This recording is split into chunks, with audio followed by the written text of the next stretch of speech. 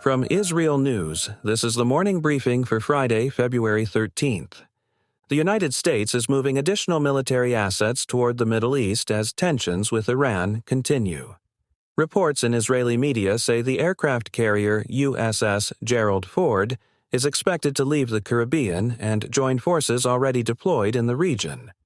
This comes as Washington and Tehran remain engaged in diplomatic efforts and regional security concerns continue to shape military positioning. A senior Iranian official says the country's missile systems are not open to negotiation. In remarks to Al Jazeera, Ali Shamkhani said Iran would respond forcefully to any confrontation and described its missile program as a red line. The comments follow ongoing discussions between the United States and Iran over nuclear activity and regional security issues. Iranian state television aired what it described as a list of senior Israeli officials, including the prime minister and top security leaders, alongside threats referencing Iranian drones. The broadcast came during a period of negotiations between Tehran and Washington, and amid continued public messaging from Iranian officials toward Israel. Reports from the region indicate roughly 300 U.S. troops have left a base near the Syria-Iraq-Jordan border, while about 1,000 remain deployed in northeastern Syria. Officials said additional withdrawals could occur if conditions allow. The development occurs as the United States adjusts its military footprint across the region while monitoring Iranian activity. In Israel, several former heads of the Shin Bet and dozens of former senior officials issued a public letter criticizing Prime Minister Benjamin Netanyahu and current security leadership over handling of accountability related to the October 7th attack.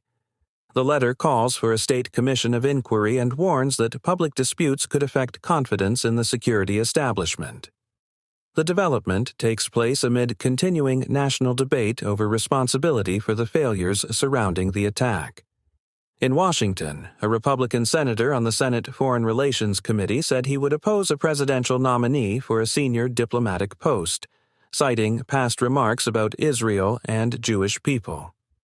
The position oversees U.S. engagement with international organizations, including the United Nations.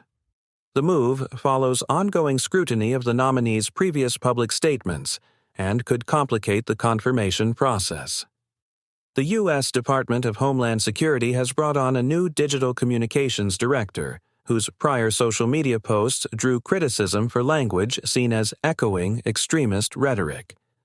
The hiring was reported this week and has prompted internal concern among some former officials. The development occurs amid broader debate over political messaging and standards within federal agencies. In New Jersey, a progressive candidate aligned with Senator Bernie Sanders won a Democratic primary in a special election for a U.S. House seat. The race drew attention in part because of divisions over Israel policy and outside political spending. The result reflects shifting political dynamics within the district ahead of the general election. That's the morning briefing from IsRealNews.